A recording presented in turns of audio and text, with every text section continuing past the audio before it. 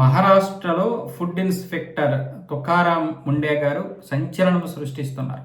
అక్కడ రెస్టారెంట్లు, స్కూల్లో ఉన్నటువంటి క్యాంటీన్లు, అలాగే కాలేజీలో ఉన్నటువంటి క్యాంటీన్లు, బయట ఉన్నటువంటి ఫుడ్ మొత్తం ఆయన అధీనంలో ఉన్నటువంటి మొత్తం ఇన్ఫెక్షన్ చేస్తున్నారు. దీనివల్ల ఎవరెవరైతే సరైనటువంటి నియమాలు పాటించడం లేదో ఆ యొక్క రెస్టారెంట్ల ముందే పెద్ద పోస్టర్ అంటిస్తున్నారు.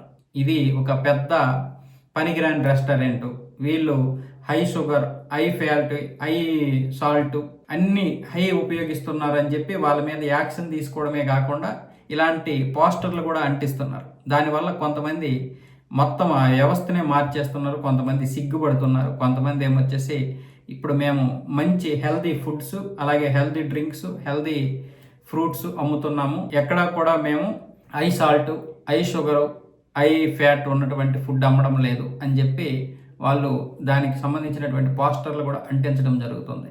తుకారాం ముండే గారు ఇప్పటి నుంచే కాదు, ఎప్పటి నుంచో మహారాష్ట్రని గజగజలాడించేస్తున్నారు. అంటే ఆయన నీతి నిజాయితీగా పనిచేసుకుంటారు.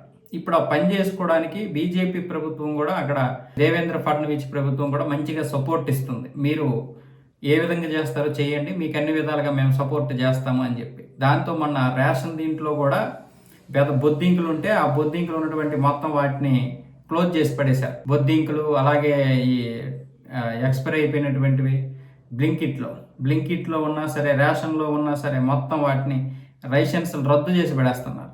దాంతో ఇప్పుడు అన్ని రెస్టారెంట్లు అన్నీ కూడా దారికి వచ్చేసాయి. అంటే పూర్తిగా రాకపోవచ్చు, కానీ ఇలాంటి వాళ్ళు ఎక్కువ మంది ఉండాలి. కానీ ఆయన పరిధిలో ఉన్నటువంటి రెస్టారెంట్లు అన్నీ కూడా జాగ్రత్త పడుతున్నారు.